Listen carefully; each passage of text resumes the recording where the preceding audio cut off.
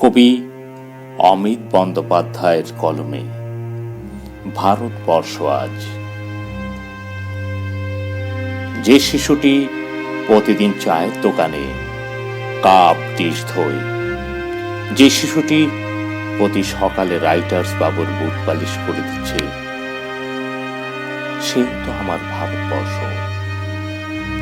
সারাদিন না খেয়ে সন্ধ্যা নেমে আসার আগেই এক্সাইডের ফুটপাত জুড়ে যে শিশুগুলো অন্ধ মায়ের কোলে মাথা রেখে বাবার খাবার আনবার আশায় আশায় ঘুমিয়ে পড়ে, তারাও তো আমার ভারতবর্ষ। এই মুহূর্তে গড়িয়ার বেশ্যাঘরে যে মেয়েটি জন্ম নিল, সেও তো আমার ভারতবর্ষ, সেও তো আমার দেশের অংশ। যে গ্যাজুয়েট যুবক হন্যে হয়ে ঘুরে বেড়াচ্ছে, এমপ্লয়মেন্ট এক্সচেঞ্জের দরজায় টোকা দিচ্ছে, বলছে স্যার একটি বার সুযোগ দিন, আমি যে কোনো কাজ পারবো, পিয়ন, ম্যাথর, ঝাড়ুদার, যে কোনো একটা কাজ হলেই আমার চলবে। বাবার কারখানা বন্ধ হয়ে গেছে, দিদির বিয়ে দিতে পারছি না, সেও তো আমার ভারতবর্ষ। ধনধান্য পুষ্প ভরা আমাদের এই ভারতবর্ষের মধ্যে এরাও তো রয়েছে। কোন উপমায় এদের কথা বলবো?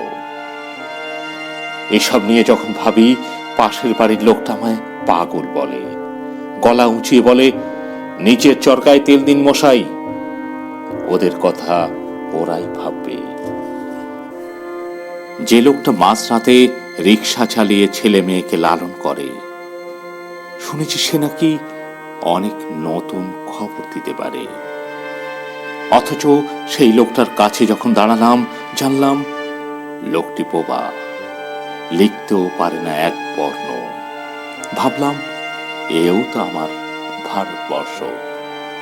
বুঝলাম যাকে আমার দেশ বলে জেনে এসেছি এতকাল, আসলে সে বোবা, নিরক্ষর। অথবা এ কোন দেশে আমার জন্ম দিয়েছ বাবা? আমি যে ক্রমশ বোবা হয়ে যাচ্ছি। চোরা বালি টেনে নিচ্ছে পা, কালো কালো হাতগুলো আমায় পথ ভ্রষ্ট করছে প্রতিনিয়ত। এ কোন আকাশ আমায় দেখালে বাবা? এ কোন দেশে আমায় ভাসালে? আমি যে অন্ধকারে ডুবে যাচ্ছি, পায়ে পায়ে মিলিয়ে যাচ্ছে ক্রোধ, প্রতিবাদী গানগুলো হারিয়ে যাচ্ছে কণ্ঠ থেকে, সাম্যবাদের ভাষাগুলো ভুলে যাচ্ছে ক্রমশ।